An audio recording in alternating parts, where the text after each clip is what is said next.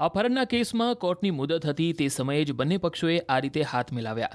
એક છે ગણેશ ગોંડલ અને બીજા છે રાજુ સોલંકીના ભાઈ. બંનેએ એકબીજા સાથે હાથ મિલાવ્યો છે. એવી ચર્ચા શરૂ થઈ છે કે રાજુ સોલંકી અને ગણેશ ગોંડલ વચ્ચે સમાધાન થઈ ગયું છે. દાવા પ્રમાણે હાલ બંને પક્ષો વચ્ચે મૌખિક સમાધાન થયું છે. આ સાથે રાજુ સોલંકી અને એડવોકેટ દિનેશ પાદરની એક કથિત ઓડિયો ક્લિપ વાયરલ થઈ, જેમાં 2-3 કરોડનો ઉલ્લેખ છે. જો કે કથિત ઓડિયો ક્લિપમાં રાજુ સોલંકી એક પણ રૂપિયા વિના સમાધાનનો દાવો કરી રહ્યા છે. વાત એવી છે કે આપણે સંજયભાઈનું જે પ્રકરણ રહ્યું ને જુનાગઢનું, હા એમાં ઈચ્છે સમાધાન આ લોકોએ કરી લીધું છે. બીજું ભલે ને કરી પણ મારા ભાઈ તમે વાત સાંભળો. મને પેલા સાંભળી લો પછી તમે કહેજો. હા હા હા એટલે એમાં સમાધાનમાં સંજયભાઈ વિરોધ નથી કરતા કે ભલે સમાધાન કરી લીધું તો કે આપણી ફી હા તમારી જે ફી હોય વ્યવહારિક ફી હોય મારા ભાઈ આપણે એટલે એમ ભેગા છે, કોઈ વિરોધમાં નથી રમતા. મારી વાત તમે સાંભળો. પેલા મારી વાત લડવું હોય તો ભેગા છે અને સમાધાન કરવું હોય તો ભેગા છે. લડવું નથી. અંતારીઓ મેં સમાધાન કર્યું ભાઈ. મારે બાકી હું સમાધાન કરવા વાળો માણસ જ નથી. બરાબર. મારી વિરુદ્ધમાં ખોટી ખોટી ફરિયાદો કરાવે, બે દિન લુખાવે, એટલે આપણે સમાધાન કરી નાખ્યું. બાકી હું સમાધાન કરવા વાળો માણસ નથી. બરાબર. મરી જાવ તો ન કરું, પણ કંટાળી ગેરું દિનેશભાઈ. બરાબર. બીજું આપણે 1 રૂપિયો નથી લીધો, મફતમાં સમાધાન કર્યું. 1 રૂપિયો લીધો મારે. એમાં એવું છે, સમાધાન તમારે ભલે ને કરો, એમાં અમે ક્યાં વિરોધ કરી સમાધાનનો. આ સવાલ જ નથી. પણ વકીલ તો એનો ચાર્જ માંગે ને, એમાં ખોટું એનું. કઈ વાંધો નહીં. આપણે વાત થઈ હતી ને વકીલ ને, મેં ક્યાં ના પાડ્યું.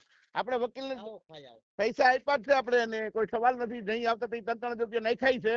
જી જી. અને જે ફી ની વાત હતી, મારી ઘરવાળી જે તે સમયે 1.5 લાખ ની વાત કરી હતી. બરાબર. કે 1.5 લાખ રૂપિયા તમને લડવાના. તમારે જે નક્કી થયું છે એ મુજબ આમાં બેજો ને, એમાં ક્યાં કોઈ તમારો વાંધો બીજો સવાલ નથી. આપણે એવું નથી કે પૈસા નથી દેવાના. બરાબર. પૈસા 20 લાખ રૂપિયા મોકલી ખોટી છે વાત એની.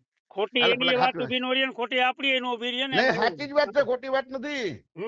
હું જે તમને વાત કરું ને ભાઈ, જી એ સત્ય વાત કરું છું તમને. એને મને 2.5 લાખ રૂપિયા મારી ઘરવાળી કીધા હતા. એટલે મારી ઘરવાળીએ 1.5 લાખ રૂપિયા કીધો. અને જઈ તમે તારીખમાં આવો તો 3000 રૂપિયા આપવાના આપણે. બરાબર. અને આપણે નહીં ખાઈ છે. પણ આ નો સમાજ ને તમને દુઃખ હોય, સમાજ ને ભેગો કરીને કેવું હતું, આ તમે આવો શું નિર્ણય કર્યો કઈ સમજાય લઈ લેવાનું કંટાળી નાખતી એફઆઈઆર થઈ એની સામે જો સાંભળો, તમે દુશ્મની જ સામે એવી વ્યક્તિ હારે કરી તમારે લડવાનું થાય. લડવાનું હું ને કે લડવા કરતા ઘર પકડીને મારી વાત તમે સાંભળો. ભલે તો હું આવું છું કોને તમને જે કર્યું એમાં અમને કોઈ વાંધો નથી. હા. અને મેં 1 રૂપિયો નથી લીધો. એક નવો પૈસો લીધો જયરાજસિંહ જાડેજા પાસેથી. બરાબર. એનો વિડીયો હું મુકાવી.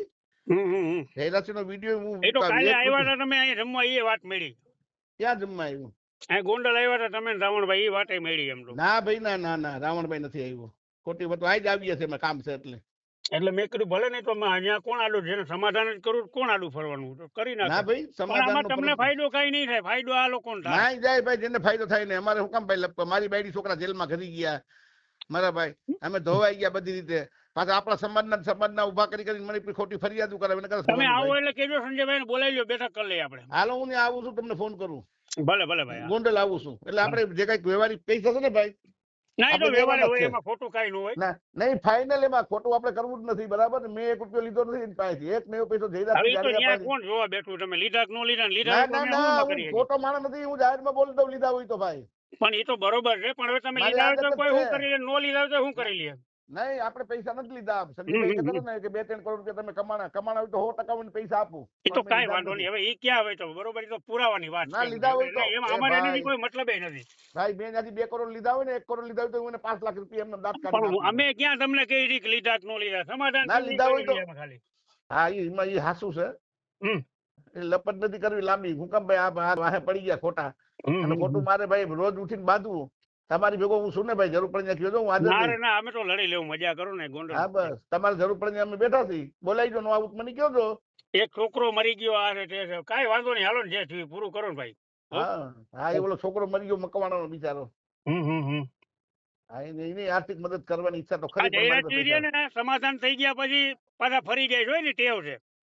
આપણે શું કામ છે પણ મારી અમે તો જયરાજસિંહ ની આખી નસલ ને ઓળખી છે. એટલે તમે નહીં ઓળખતા હોય, અમે તો ઓળખી છીએ બધી વાત. દિનેશભાઈ રેકોર્ડિંગ થતું હોય તો જયરાજસિંહ ને સંભળાવી દેજો. મને યાદ જ નથી ભાઈ.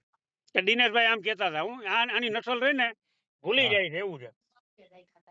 હા ઠીક છે, કાંઈ વાંધો નહીં. તમને જે સારું લાગ્યું એમ. હો ભાઈ. ના એ તો કોઈ સવાલ નથી ભાઈ.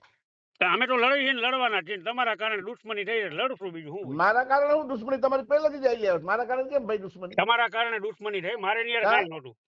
મારા કારણે શું કામ તમને માર્યા તેને નાગા ફોવા ના મને એને કેવરાયું ના મને એના કોઈ ગોંડલમાં કોઈ તમને માર્યા હતા મને સવાલ જ મને તમને રાજુ સખિયાને માર્યા હતા મને તો ઠીક છે મારે તો હું તો સામે કરતા જ ગયો.